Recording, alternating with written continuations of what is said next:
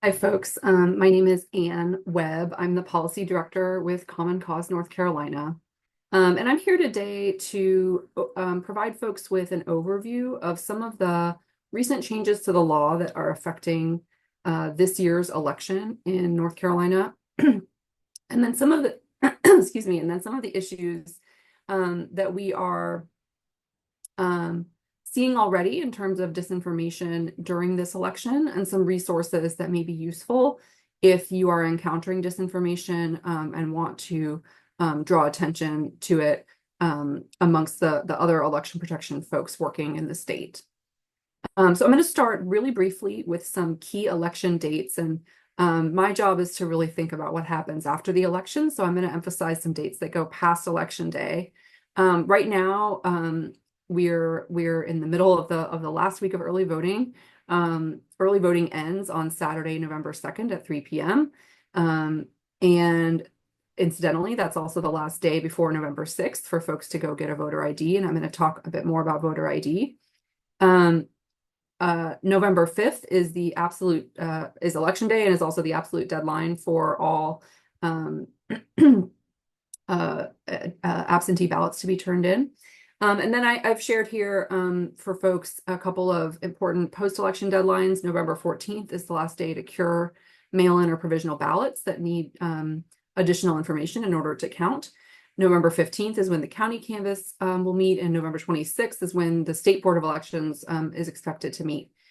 And I'll just add that there have been a few exceptions and changes made, especially around absentee ballots for folks who have been affected by Hurricane Helene. And so we'll talk a little bit about where you can get more information about that. I'm going to move fairly quickly through this section, but just want to make sure folks know that here in North Carolina, you have 3 ways to vote. You can vote early in your county. You can vote by mail from home, and that includes hand delivering that ballot. And you can vote on election day.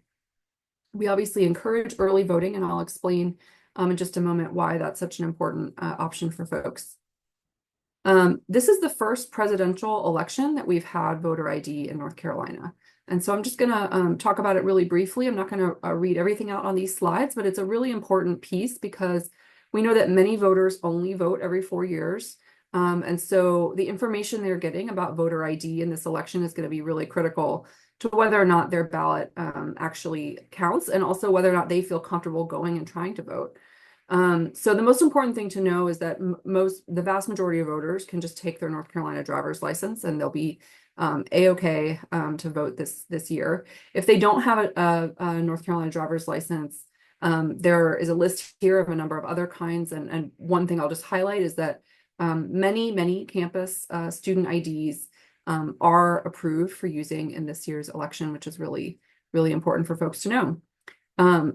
And you can use an out-of-state driver's license if you very recently registered in North Carolina within 90 days of the election.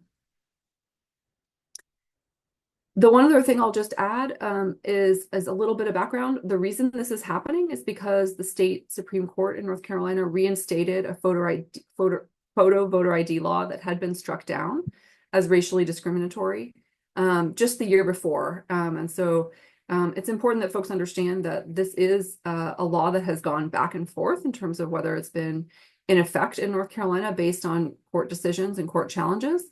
And so there is a lot of confusion amongst voters and confusing information online about what is required. And the basic answer is yes, photo ID is required during this election, and it shouldn't stop anyone from voting, right? So this last most important thing here is something that we are already seeing some inconsistency amongst poll workers and how they're implementing this part of the law, which is the voter ID exception form.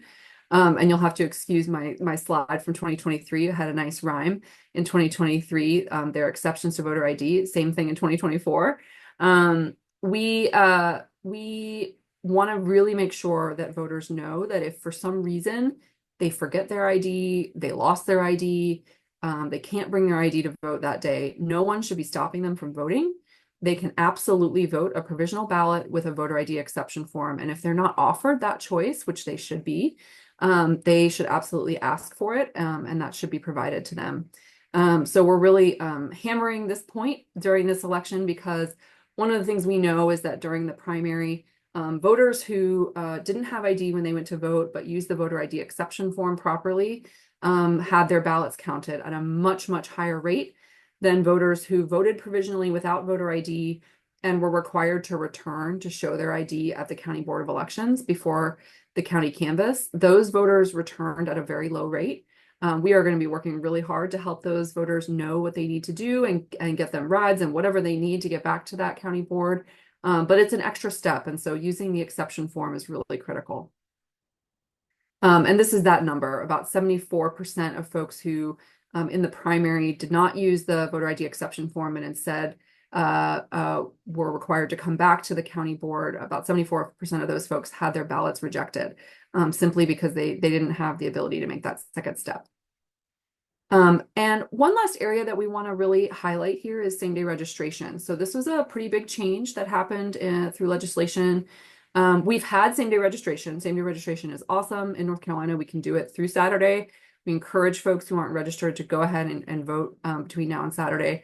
And when you do go to do same-day registration, make sure that you bring an additional document. If your photo ID doesn't include your current address, then you're going to want to bring an additional piece of mail that shows your mailing address. It could be a utility bill, a bank statement, a phone bill, a paycheck, anything. And it can even be something that's on your phone. It doesn't have to be something that arrived in the mail.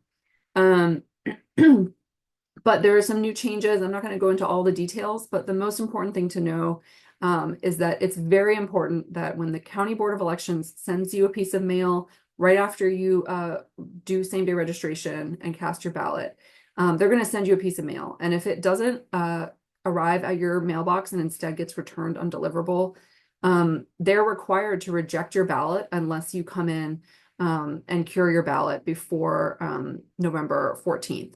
So it's a very tricky process, and we really encourage folks to just really make sure that they're using a mailing address where they know that mail will be delivered. And this has been an especially tricky situation for students in the past, so we're encouraging folks to take note. So I'm going to move in away from sort of our voter ed portion here and just talk briefly about some of the disinformation and voter intimidation we've started to see. I know we're going to get into this a little bit more.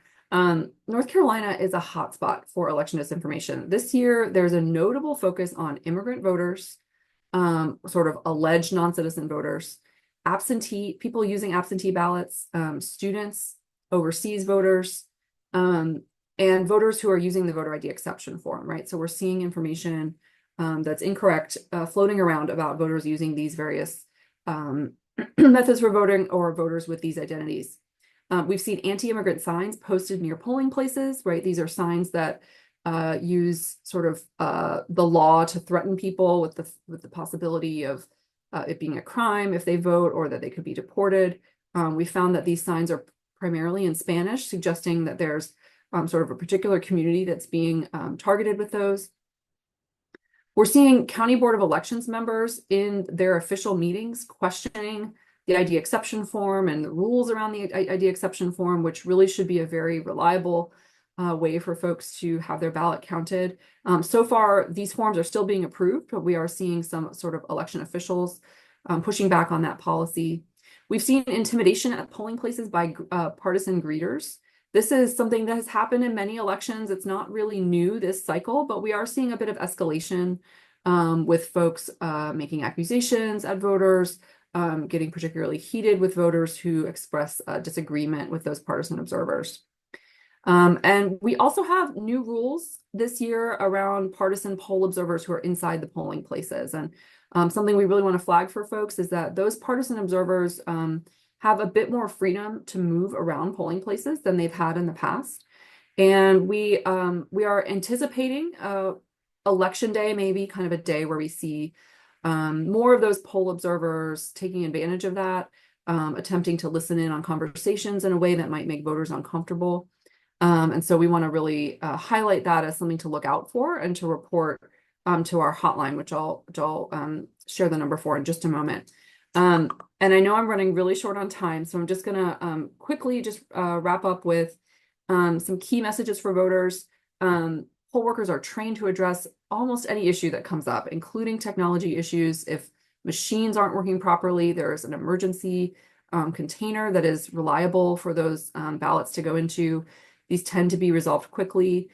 We have safe and secure elections. We've had really robust audits in every election and have found that the bipartisan process in place works really well.